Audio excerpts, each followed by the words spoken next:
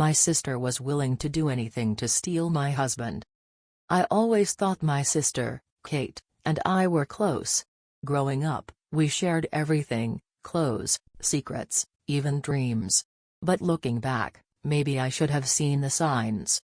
She had always been competitive, always needing to be the center of attention. Still, I never imagined she would cross a line so sacred, so personal. It started with little things after I married Sam. At first, I didn't even notice.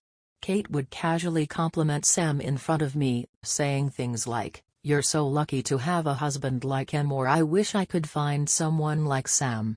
I didn't think much of it. After all, Sam was a great husband, kind, supportive, and everything I had ever wanted in a partner. If Kate admired that, I figured it was just her being her usual, dramatic self. But things started to shift. Whenever we had family gatherings, Kate made sure to sit next to Sam.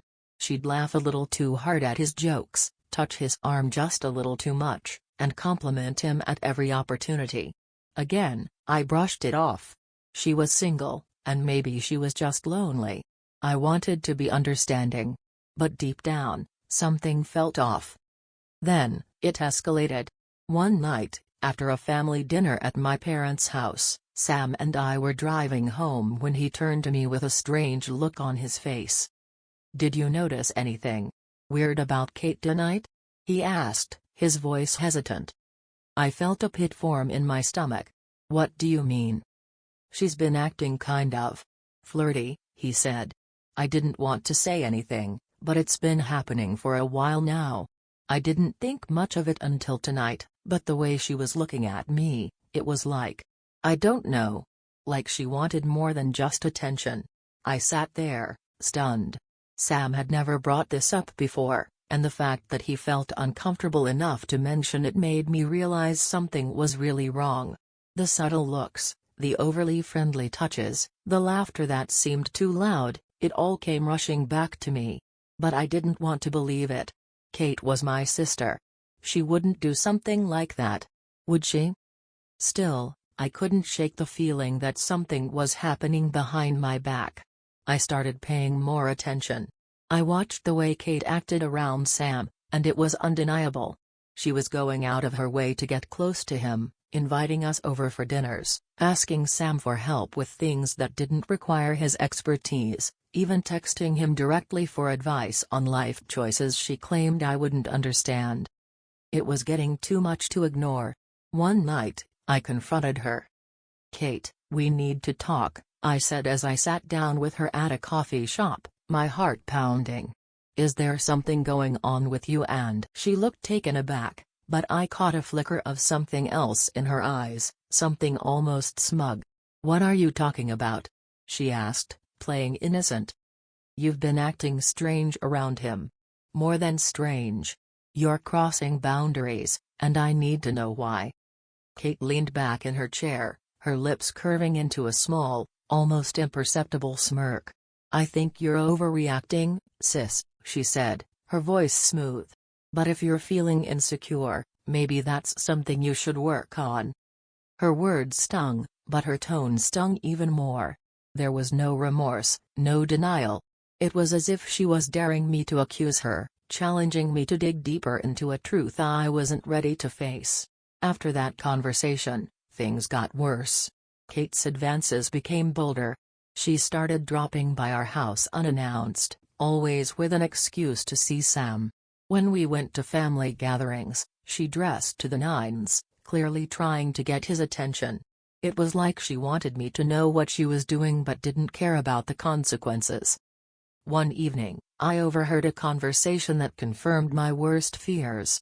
I was in the kitchen, cleaning up after dinner while Kate and Sam sat in the living room, talking. I wasn't eavesdropping, but I couldn't help hearing her say, in a low voice, "You know, Sam, if you ever get tired of playing the perfect husband, there's always someone else who appreciates you." My blood turned to ice. I burst into the living room, shaking with anger. "What the hell are you doing, Kate?" I demanded. She looked at me, her face calm, almost bored. "What do you mean?" she said, feigning innocence again. You know exactly what I mean. You've been trying to get close to Sam, and I just heard you flirt with him right in front of me." Sam stood up, looking shocked and confused. "Look, I've never," he started, but Kate interrupted him. "Don't worry, Sam," she said, her eyes narrowing at me. "She's just insecure. I can't help it if she's always been jealous of me." The air in the room felt suffocating. Kate was turning everything around, trying to make me look like the paranoid, jealous wife. But I knew what I'd heard. I knew what she'd been doing. Before I could respond, Sam stepped forward, his expression firm. "That's enough, Kate," he said, his voice steady. "I don't know what you're trying to do, but it's over. You've crossed the line." For the first time, Kate's mask slipped. Her smugness vanished, and she looked genuinely shocked that Sam was taking my side. She opened her mouth to argue, but he cut her off.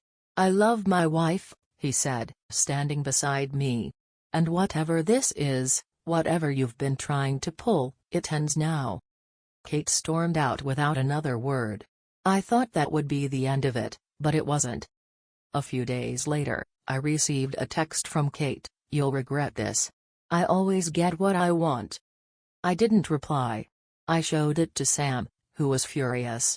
We blocked her number, cut off contact, and told our family what had been happening. My parents were shocked, but they supported us.